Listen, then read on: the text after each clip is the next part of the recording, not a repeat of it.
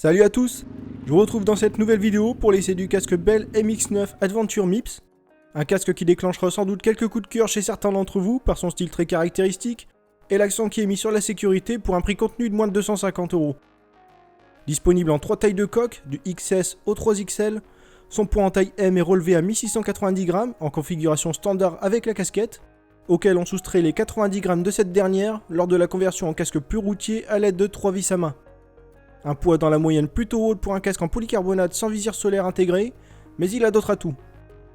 Son système de protection MIPS, justement, unique à la marque, permet de réduire les forces en rotation provenant de certains types d'impact, afin de mieux protéger le cerveau du pilote. Dans la pratique, cette membrane jaune fixée à l'aide de 4 mini-élastiques au calotin va faire office de couche mobile pour permettre une légère rotation du casque sur votre tête, dans le but de réduire l'énergie de l'impact sur le crâne. De cette manière, Bell espère bien limiter le risque de lésion cérébrale. Sachez d'ailleurs qu'il taille un peu juste, ce qui fait que je me suis tourné vers un taille M alors que j'ai plutôt l'habitude de porter du S la plupart du temps. Le confort des mousses est tout de suite perceptible, elles sont douces au contact de la peau, moelleuses juste ce qu'il faut, et avec un maintien parfait sans pression particulière au niveau du front. Je peux rouler une journée entière avec quelques pauses sans qu'il me procure de gêne, et le dégagement important au niveau des oreilles participe au confort général. Pas de gêne particulière dans ce casque de mon côté avec l'intercom en place. Il est vrai que son poids de plus de 1600 grammes se fait sentir, mais pas dans toutes les conditions d'usage. Sur la route justement, il s'avère que l'aérodynamisme du casque compense en partie ce poids sur la balance. Le poids ressenti est amoindri par votre vitesse au-delà des 50 km/h pour faire simple. Attention, cela n'est vrai que si vous positionnez la casquette en position basse et non en position haute. En position haute, bien qu'elle ait l'avantage de disparaître complètement du champ de vision, elle se retrouve du fait d'avoir une prise au vent très importante dès les 80 km/h, ce qui rend le casque particulièrement désagréable à l'usage sur route car il vous tire méchamment sur la nuque. J'insiste d'autant plus que le casque est livré d'origine avec la casquette en position haute, ce qui peut vite laisser une première mauvaise impression. Mais si vous avez une longue route à faire sans passage en tout terrain, le fait de retirer la casquette le fait alors passer pour un pur casque routier, très agréable et avec une prise au vent quasi nulle même sur les mouvements de tête, surtout avec une petite bulle de protection sur la moto. Du côté des nuisances sonores, on s'étonne de n'avoir que peu de remous pour un casque de ce prix. L'essentiel du bruit perçu provient du vent qui frappe le casque, mais même si l'air passe par-dessous la mentonnière puisqu'il ne dispose pas de bavette, je ne constate pas de remous notable. On a donc un casque qui ne s'avère pas excessivement bruyant, surtout sans sa casquette où il se fait alors assez discret à l'usage sur route. Très silencieux et robuste à la manipulation, le système de la visière dispose de 3 crans d'ouverture. Le premier est à 4 cm environ, puis 8 cm, et totalement ouvert. Un premier cran plus fin aurait été apprécié dans l'idéal pour lorsqu'on évolue à faible allure. Cette visière n'est retenue que par les vis à main de la casquette du casque ou par les petites pièces en plastique fournies, d'une esthétique un peu douteuse soit dit en passant par rapport au style du casque. Elle se retire donc très simplement pour pouvoir la nettoyer plus finement dans les recoins. Le Bell MX9 Adventure offre un champ de vision vraiment panoramique, je le classe parmi les meilleurs casques que j'ai pu essayer à ce jour sur ce point. L'angle de vue horizontal et vertical est vraiment optimal, et plus encore lorsque l'on relève ou retire la casquette. Le nez du casque ne remonte pas trop haut et la visière claire disparaît pratiquement de votre vue en position ouverte, c'est presque un sans faute. Son traitement anti-buée plutôt qu'une lentille Pinlock permet d'obtenir une efficacité sur la totalité de la surface visible, ce qui est un confort non négligeable à l'usage. J'ai même trouvé ce traitement anti-buée plus efficace qu'un double écran Pinlock. Je n'ai absolument jamais constaté de buée, même furtive, en parlant ou en respirant fort dans le casque, visière et ventilation frontale fermée. J'apprécie d'ailleurs le rebord présent au bas de la visière qui permet de l'ouvrir avec une grande facilité sans avoir à chercher une petite zone pour faire levier. Mon doigt tombait presque systématiquement sur la ventilation frontale au lieu de la visière. Je préfère donc la manipuler grâce à ce rebord à gauche ou à droite.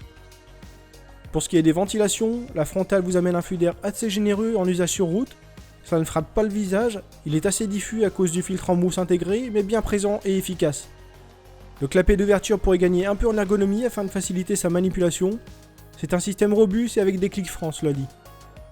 Je reste par contre mitigé sur les ventilations supérieures du casque. D'une part car elles restent ouvertes en permanence, ce qui risque d'être moins agréable en période hivernale. Et d'autre part puisque le flux d'air ressenti est difficilement perceptible, que ce soit avec ou sans casquette. Malgré tout, j'ai toujours trouvé que la régulation se faisait plutôt bien dans le casque, signe que l'air circule et s'évacue correctement. Un point qui pénalisera un peu sa polyvalence, c'est qu'il n'est pas équipé d'écran solaire abattable. Lors des journées ensoleillées, on peut vite se retrouver ébloui à plusieurs reprises.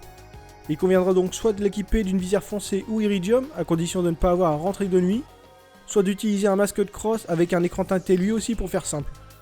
On peut alors retirer le masque et le ranger dans la veste pour un retour de nuit. Et justement, en parlant de masque de cross, le champ de vision de ce casque est tellement généreux que l'on a la place pour pouvoir l'utiliser probablement avec n'importe quel masque. Mon modèle Prop Vision base Iridium passe vraiment très facilement, il y a de la marge. L'autre bon point, c'est qu'en plaçant les sangles par-dessous la zone de rotation de la visière claire, on peut sans problème la fermer par-dessus le masque de cross, sans résistance et avec une bonne herméticité au vent. Cela s'avère très pratique en utilisation mixte, route et chemin, pour se protéger un peu plus du vent à haute vitesse, surtout en période fraîche. Ne l'ayant globalement testé qu'en période estivale, j'ai vite pu apprécier ses capacités de régulation de la température et les performances de séchage rapide des mousses.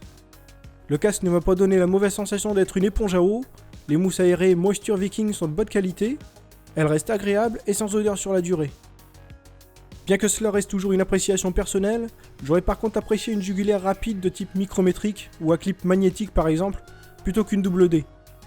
C'est particulièrement vrai en tout terrain avec des arrêts plus fréquents, pour attendre ou filmer ses collègues dans des franchissements, etc. A défaut, j'utilise la technique de l'ouverture maximale de la boucle pour pouvoir ôter le casque sans avoir à défaire et refaire la boucle systématiquement. En parlant de la jugulaire, j'ai par contre constaté une usure assez rapide de la tirette rouge depuis le premier mode d'utilisation. Trop fine pour la trouver facilement avec des gants et trop fragile en termes de conception. Pour ce qui est de la qualité de la peinture noire mat, le casque s'est pris pas mal de coups de branche dont certains bien violents, et je n'ai pas constaté la moindre marque sur la peinture après un bon nettoyage. En revanche, il est vrai que son poids peut se faire ressentir sur une grosse journée tout terrain et plus. C'est un casque bien équilibré et agréable sur route avec de la vitesse, mais un peu moins en tout terrain technique avec la tête qui remue beaucoup. Si vous y êtes sensible, il faudra mettre le prix pour un casque en fibre plus haut de gamme. En conclusion, pour un casque proposé sous la barre des 250 € prix public, ce casque Bell MX9 Adventure qui intègre maintenant la technologie de protection MIPS se retrouve être une belle option pour un usage polyvalent. Si l'absence d'écran solaire intégré ne pose pas de problème pour votre usage, ou en fonction de la configuration prévue, du type visière fumée, masque iridium, etc., il s'avère être particulièrement intéressant et avec un style singulier. Son niveau de confort permet de le porter des heures sans mal, si on exclut le poids un peu élevé, le champ de vision est excellent, et l'insonorisation est tout à fait correcte pour un casque de type Dual Sport de cette gamme de prix. Sur ce, je vous invite à retrouver l'article sur le site motaradventure.com qui s'affiche à l'écran et en description de cette vidéo, à me poser vos questions en commentaire, et je vous retrouve très vite pour une nouvelle vidéo. Salut!